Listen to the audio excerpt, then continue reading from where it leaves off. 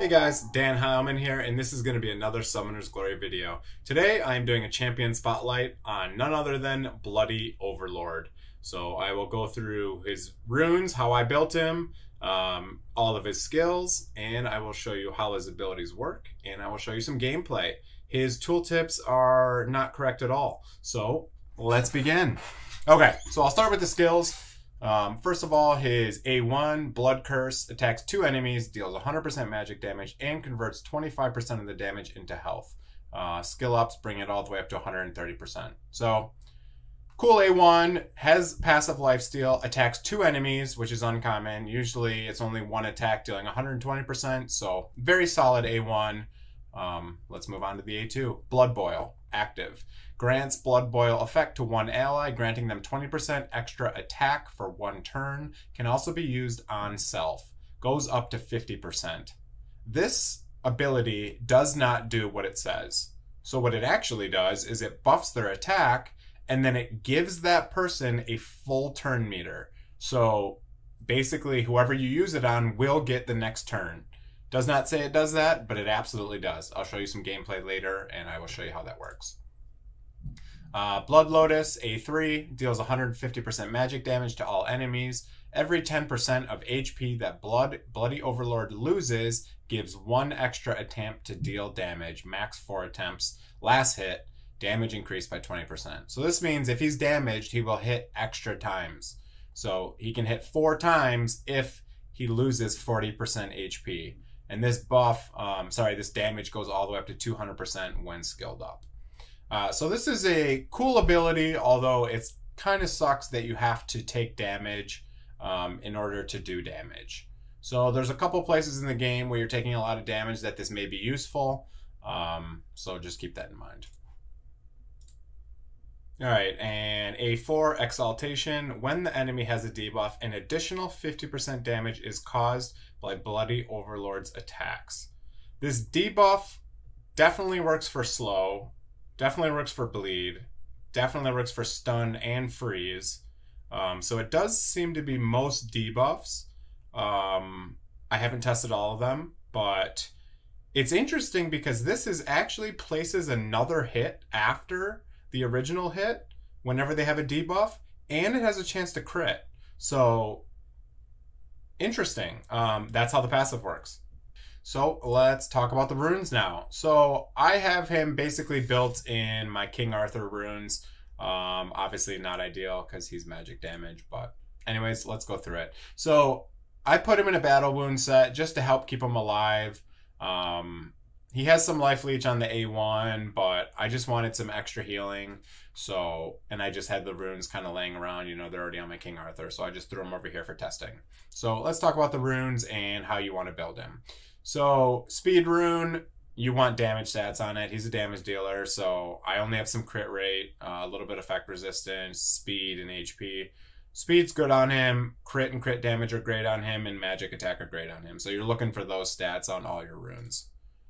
Effect accuracy, useless on him. He doesn't land any debuffs, so you don't need effect accuracy. You should probably have resist in this slot, but this is a very nice rune for him, so that's why I'm using it. Magic attack, speed, crit rate, and crit damage. This is the substats you want on basically every rune on your Bloody Overlord.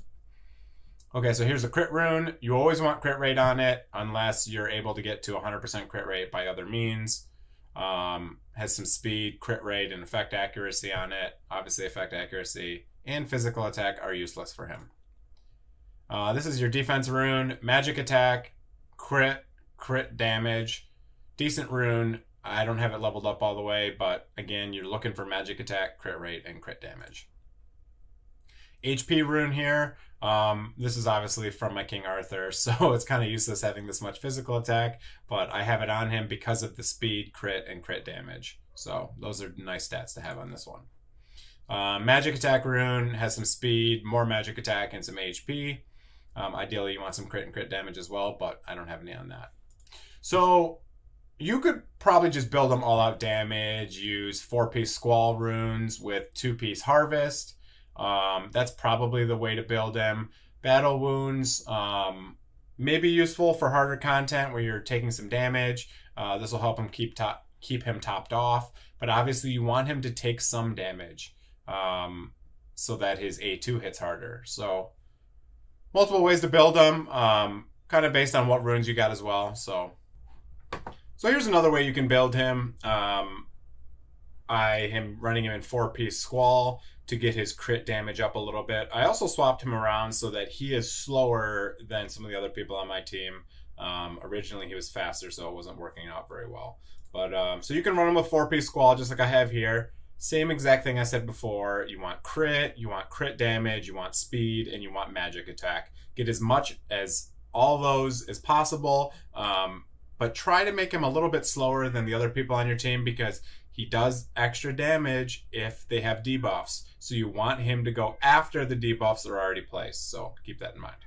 That's that. Okay, let's move on. I will show you some gameplay and how his abilities work. Alright, so let me show you how Bloody Overlord's passive works. You can see all the debuffs up on the screen here. And you'll see I popped my Mars defense. He's got his buffs going up. Now you'll see when he attacks, he hits them all for the same amounts. So he hits them all for the same numbers, regardless if they have debuffs or not. You can see this one right here has no debuffs. This one has a debuff, and they hit basically the same. So then you'll see his passive actually procs a second hit.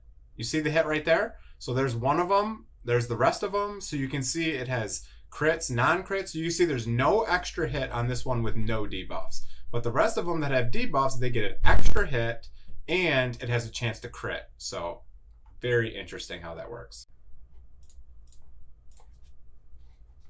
Let's see if you can get wrecked without dying.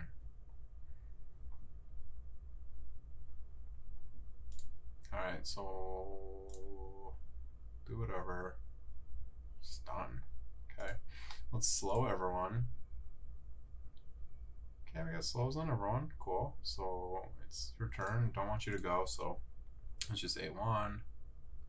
See if you can take some damage. There we go. There's taking some damage. There we go. Alright, so now it's time. Alright, so let's whip everyone into shape here. Get some more debuffs, confusion, some all sorts of stuff here. Alright, cool. Let's taunt some people just for funsies.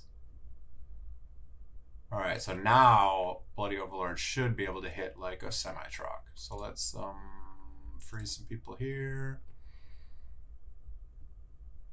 Is he ever going to get a turn? Let's put some bleed on people, I guess. Got some bleed. Alright, so here's the moment of truth. So we'll buff him. Boom. He's got extra damage.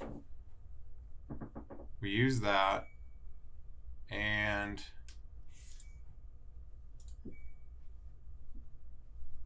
ooh, 4 hits.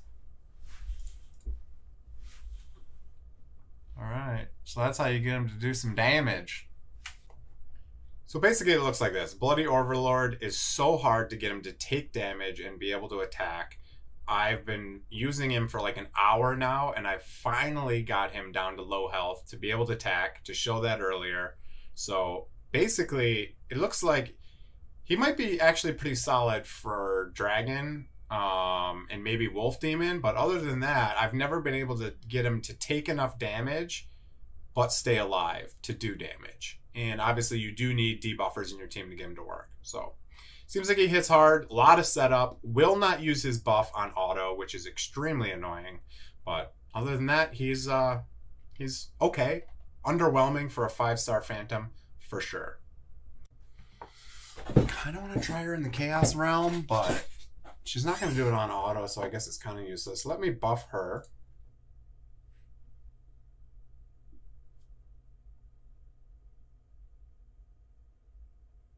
Oh! So whoever Bloody Overlord uses his buff on, they get to go next. They get a free turn. And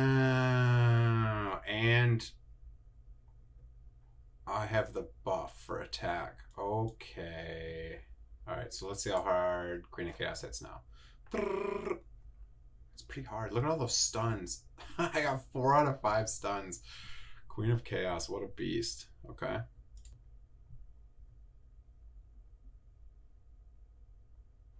right. So this actually grants an extra turn to whoever uses it on. All right, so let's try the AoE. They have slows and stuff on them. Let's see if this hits harder now. I mean, it hit okay. I should have used Mars defense first. Interesting. So whoever he uses it on gets an extra turn. All right, so now we got buffs on people. We got stuff going on. Let me CC just someone. All right, so now it's his turn. I'm gonna buff himself, which will give him another turn, which is crazy. It doesn't say that on the tooltip. Okay, so he's got the damage buff on himself. I'm gonna use Mars defense. Okay. And now let's see if slow procs his. So this guy should take less damage than the rest. So now let's use his big AoE. He's still at full health, which is annoying, but let's see how hard this hits when he's fully buffed up.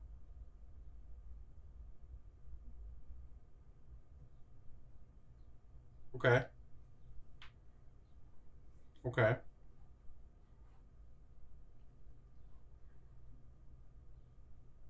So watch on auto. Bloody Overlord will do a stupid attack. Dumbest thing he could do. See how much harder that hit on the freeze? Okay, so he does hit a lot harder on enemies that are frozen. Okay, hope you enjoyed that video. This was my guide for Bloody Overlord.